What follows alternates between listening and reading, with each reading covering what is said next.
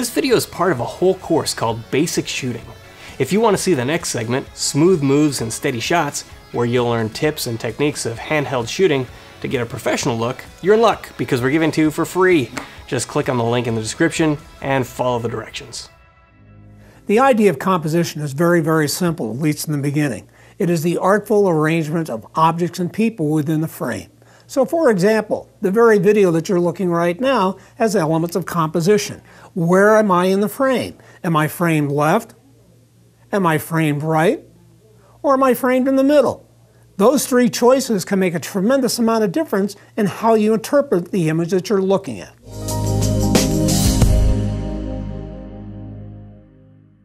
Where the camera is placed relative to the subject is critically important in terms of how your audience will interpret what they're seeing on the screen. So for example, the camera that I'm using right now is placed so that it's about the same height as my eye level. That's the neutral position. If we were to place the camera, for example, below an object, it makes that object look much bigger and much more dominant and stronger than the viewer. If we place the camera above the object so it's shooting down on the object, now just the opposite happens. The subject looks smaller, looks less powerful, looks diminutive. So where the camera is placed in terms of height can have a tremendous impact on the way your audience interprets what's going on.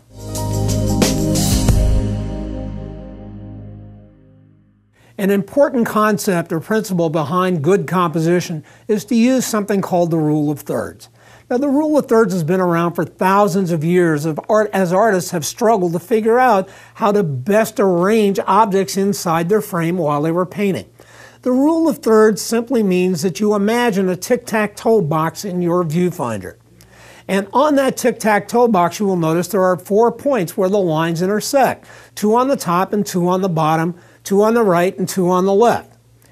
If you make sure that the center point of your frame or your composition lines up with one of those 4 points, you will automatically end up with much more interesting composition.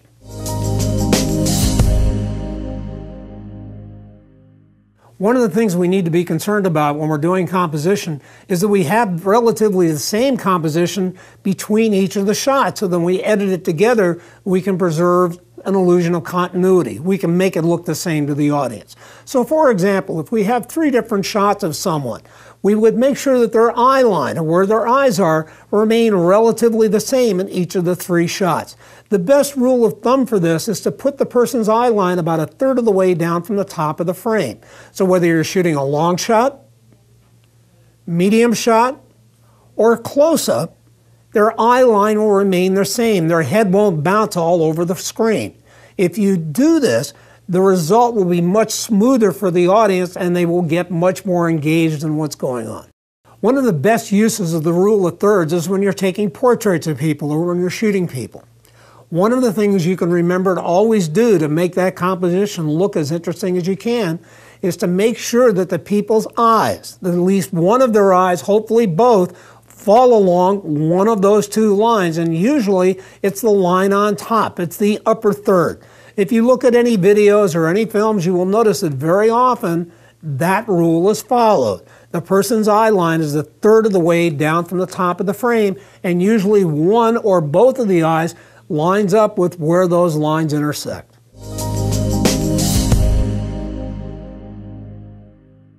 Now, one of the problems that we have to worry about when we're taking pictures of people is where do we literally put their heads inside the frame. If you're in a tight close-up on somebody, the tendency is to cut them off very close to the bottom of their chin, or even to get rid of their chin altogether and show their entire head, show their hairline. This can be a mistake in terms of good composition. It looks better. It's much more accepting to your audience to show their entire face, to put the frame below their chin, and to cut them off somewhere in the middle of their forehead if that's what you need to do. As you look at these examples, notice the difference between low framing and high framing.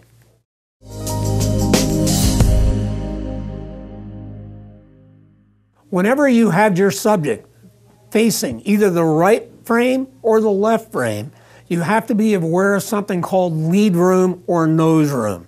And what this simply means is you have to leave some space between the front of their face or the front of the object and the edge of the frame.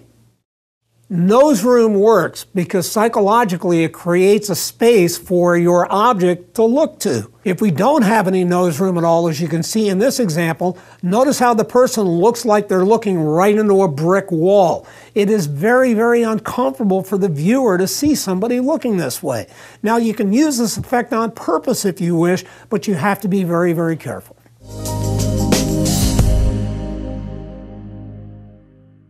Composition is the artful arrangement of people and objects within the frame of your camcorder. How does that help you as a videographer? Well, it helps you turn the ordinary into the extraordinary. One of the challenges you have as a videographer is that most often you're going to be shooting ordinary people doing ordinary things. If you want an audience to watch your videos and to get them engaged in them, you somehow have to make it more interesting. One of the ways to do that without spending any money at all is to use good, effective composition. Thanks for watching. If you want to watch the next video in this segment, Smooth Moves and Steady Shots, where you'll learn handheld camera tips and techniques for a more professional look, follow the link in the description and we'll give it to you for free.